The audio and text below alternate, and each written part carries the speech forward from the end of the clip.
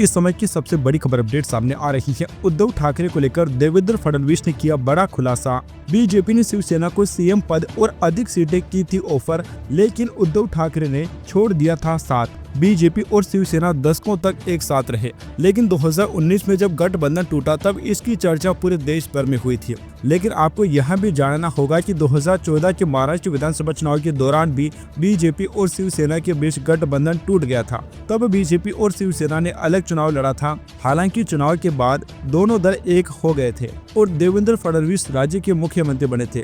अब फडणवीस ने बताया कि 2014 में बीजेपी ने शिवसेना को सीएम पद ऑफर किया था और अधिक सीटें चुनाव लड़ने के लिए दी थी। महाराष्ट्र के मुख्यमंत्री फडणवीस ने बताया कि 2014 के विधानसभा चुनाव में भारतीय जनता पार्टी और शिवसेना ने अलग होने का फैसला क्यों किया। फडणवीस ने खुलासा किया कि सीट बंटवारे पर असहमति उद्धव ठाकरे के नेतृत्व वाली शिवसेना के साथ गठबंधन वार्ता की विफलता के पीछे मुख्य कारण थी। फडणवीस ने कहा कि जब गठबंधन की बातचीत शुरू हुई तो उस समय की शिवसेना ने अपने मन में तय कर लिया था कि उसे केवल 151 सीटों पर चुनाव लड़ना है, जबकि हमारा प्रस्ताव था कि हम 127 सीटों पर चुनाव लड़ेंगे और शिवसेना 147 सीटों पर चुनाव लड़ेगी।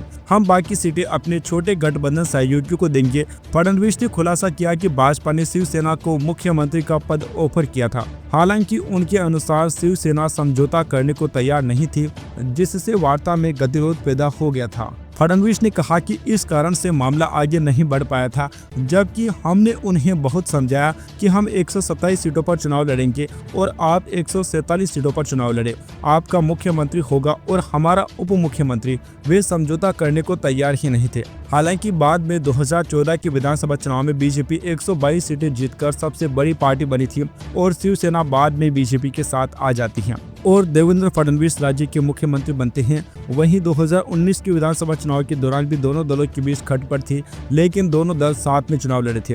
हालांकि चुनाव के बाद काफी ड्रामा हुआ था और शिवसेना एनसीपी और कांग्रेस के साथ चली गई थी। इसके बाद 2022 में एकनाथ शिंदे ने शिवसेना से बगावत कर ली थी और बीजेपी के साथ मिलकर सरकार बनाई थी।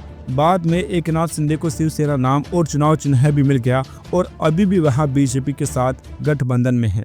Subscribe now and press the bell icon. Never miss an update.